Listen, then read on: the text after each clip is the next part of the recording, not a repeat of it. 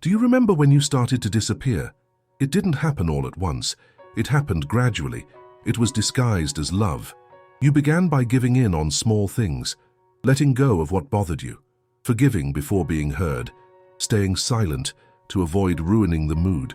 Then you started giving up your time, your plans, your desires, until one day, without realizing it, you no longer knew where the other person ended and where you began. You gave everything, and you didn't notice that, in return, you only received partial presence that came when it was convenient, affection that slipped through your fingers.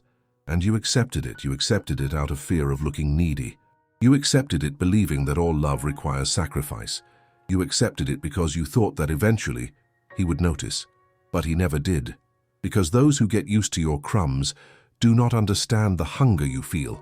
And the truth that almost no one mentions is that you weren't loved. You were used as a way out, as emotional support, as a stage for his ego to feel important, but not as a whole woman. You pretended it didn't hurt, but it did. When he disappeared, you blamed yourself. You thought you were being too intense, or that you had done something wrong. And then you did more favors, more compromises, more silence, because deep down, you just wanted to be chosen. And that's what hurt you the most. The feeling of always being available but never being a priority. You smiled when he showed up and died inside when he left without warning. This cycle made you sick. It depersonalized you. It made you doubt everything you were. And yet, you couldn't bring yourself to leave. Because to you, love became synonymous with persistence.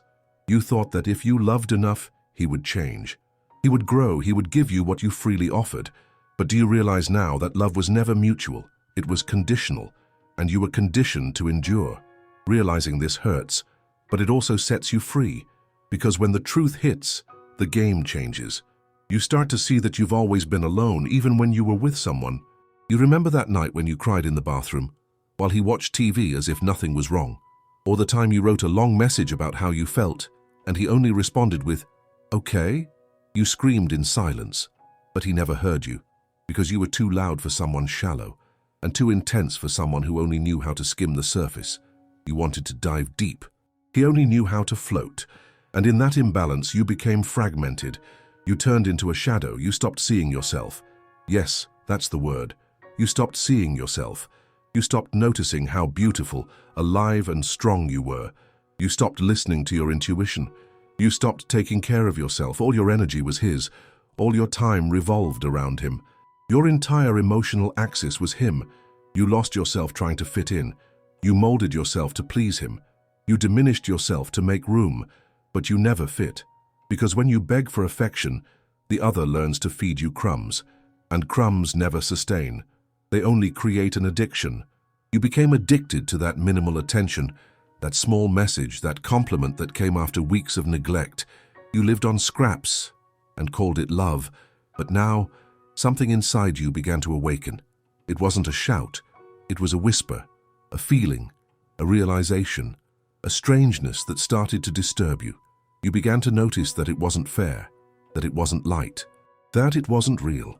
You started to look at yourself with new eyes and realized that your happiness depended exclusively on him. This scared you because you realized that you had abandoned yourself and that no one would rescue you but yourself. You began to remember who you were before the compromises, before the fear of being left, before adapting to his silence. And you saw that there is still light within you.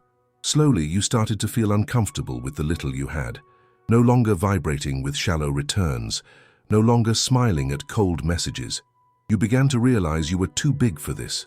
And that's when something changed. You still didn't know how to leave, but you could no longer remain completely present in this place. The pain of staying was greater than the fear of leaving, and that's always the turning point. The moment when the soul decides to return home. That's how you began to retreat, not out of anger, but out of exhaustion. Exhausted from waiting, from begging, from forcing. You were tired of pleading for crumbs, and you started searching for the source, your source, but this search is frightening, because at first, the silence hurts. You find yourself alone, without that minimal response, without the messages that numbed you, and the ego screams. It begs to go back. It insists that you're being too harsh, that things will change, that you shouldn't give up. But deep down, you realize that if you go back now, you will completely lose yourself. You will forfeit the chance to rebuild, to truly listen to yourself, to turn inward again. That's why you stay, even while trembling, even while missing something, even with the fear of not being loved again, because now you understand. Before being loved, you need to love yourself, and that's the hardest step, and the most sacred. Start looking at yourself the way you looked at him. Start caring for yourself the way you cared for the relationship. Start listening to yourself the way you wished he would listen to you. This is the beginning of the turnaround, the transition between who you were and who you are about to be reborn as. And if you've made it this far, it's not by chance. It's because a part of you is ready to return, to step out of waiting, to stop asking, and start giving. Give attention to yourself, give care to your soul, give voice to your truth, even if it hurts, even if it feels lonely. Even if you still miss what didn't serve you well. This is the crossing, the journey back home. If this has happened to you, comment, "I needed to hear this." Have you been through this? Tell me in the comments. Do you remember the day you woke up and the silence didn't hurt anymore? It wasn't a miracle, it was an accumulation of days, of tears, of realizations. It was the moment when you, for the first time, woke up without checking your phone for messages and didn't feel anxious about it. It wasn't relief yet, it was absence, but a new kind of absence, the absence of the weight of waiting. You had carried so much, and you didn't realize that waiting was a prison disguised as hope, waiting for love, waiting for attention, waiting to be seen. Waiting was your emotional routine, but not anymore. Now you started to notice the space, and where it used to hurt, curiosity began to grow. Curiosity about yourself. What do you genuinely enjoy doing? What places make you feel good? What songs cleanse your soul? You had forgotten all of this because for a long time, your life revolved around him. And everything you did had an undertone of effort. To impress, to please, to maintain. You lived like a reflection, never as your true essence. But now you've started to redirect. The energy that was once directed outward, toward him, toward the relationship, toward expectations, began to flow back to you. At first, it was strange. You didn't know how to fill yourself up. You felt guilty for not being there waiting, because you had been trained to be devoted. The woman who serves, the woman who waits, the woman who endures. But you no longer want to be that woman. Not because she is weak, but because she is tired. And you started to realize that you can take care of yourself, that you can make choices for yourself, that you can choose to go out alone, that you can look in the mirror and say, "Today I'm staying with myself." You didn't realize it, but that was the most revolutionary moment of your life. You began to become the source. Yes, the source, the origin of care, of love, of touch, of the gaze that embraces. And that scared you. Because for so long you thought you needed someone else to do that for you. You begged for the bare minimum. And now you're discovering that you can have it all. But this realization is slow. There are days when you miss the old cycle. There are days when loneliness hits hard. There are days when your ego shouts, "Go back, call him, you still love him." But now you don't respond immediately. You breathe, you feel, you observe, because you've realized that you don't need to react to the impulse. You can simply feel. And that is emotional maturity. You've started to respect your own timing, not judging yourself for feeling nostalgic, but also not using nostalgia as an excuse to go back to abandoning yourself. Little by little, you've been changing your habits. You woke up one day and decided to make coffee just for yourself, not because someone was coming over, but because you deserved to start the day with kindness. You chose to go out alone, sit in a beautiful place, look around and not search for anyone. You've started to listen more to your intuition. You've noticed that some days you don't want to talk to anyone, and that's perfectly fine. You've noticed that some days you want to dance in your room, in your pajamas with tears in your eyes, and that's okay too. You're learning to allow yourself to be everything, to be intense, to be contradictory, to be human. And that is strength, because on the outside, it seems simple. But on the inside, it's a whirlwind. It's like rebuilding a house with the debris still warm. It's like learning to walk again with legs that have been still for too long. But you're going, and you're doing well. You've started to enjoy your own company. You've begun to look at yourself and think, "There's something here that I still want to discover." And that changes everything. Because now you see yourself as interesting, not because he said so, but because you feel it. You notice that your energy changes the environment, that your silence carries presence, that your laughter clears the air. You realize that you have value, even if no one says so, even if no one validates it, even if no one is applauding. You've stopped doing things to be seen and started doing things because they nurture you. And that is freedom. The freedom to no longer conform, the freedom of no longer chasing after, the freedom of no longer needing someone to say, you are special, because now you know, not out of arrogance, but out of awareness. And this awareness comes at a price, loneliness, because in this process you lose people, you lose connections that didn't support you, you lose conversations that didn't nourish you, you lose spaces that only kept you small, but you also gain. You gain wholeness, you gain meaningful silence, you gain peace instead of expectation. You start to understand that it's not about having someone, it's about being someone who doesn't betray herself, who doesn't shrink to fit in, who doesn't erase herself to please, being someone who listens to herself, who honors herself, who embraces herself, being someone who, above all, chooses herself.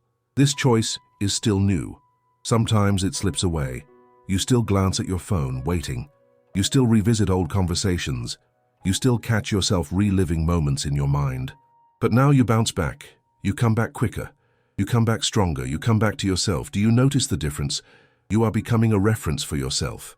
And when that happens, nothing is the same as before. You start to attract differently. Because you vibrate differently. You don't need to prove, nor justify, nor plead. You simply are. And this presence intimidates those who have never seen you this way. It intimidates those who only knew your needy version. It intimidates those who controlled you through your dependency. Not anymore. You are returning to your center. And those who revolve around you, he will need to learn to respect you. And if they don't learn, they will lose access. Because you no longer settle for less. Not because you've become arrogant, but because you realized you've spent too long in the almost, and now you want the whole. Does this make sense to you so far? Write yes below. It was when you stopped running that you began to be followed. It was when you stopped waiting that you began to receive, not because someone arrived, but because you finally arrived at yourself. And that changed you from the inside out. You no longer wanted the attention of just anyone, because now your attention has become rare, selective, sacred. Do you realize this? Before, you freely gave your presence to those who barely listened to you. Now, you are enough, and it's not pride. It's emotional maturity. You've realized that your energy is fine, valuable, and it can't be wasted on those who lack the depth to receive it. And that's when the magic began, because when you stopped chasing, the world started to look at you, but not with pity, not with superficial curiosity. They looked at you with admiration, with desire, with respect. You became that presence that enters and changes the atmosphere. That doesn't need to say much. That simply by being transforms. Because now you don't present yourself trying to prove anything. You just are. And that is so rare, so powerful, so palpable, that people feel it without understanding. You've stopped being needy, and you've become a source of love, of calm, of clarity.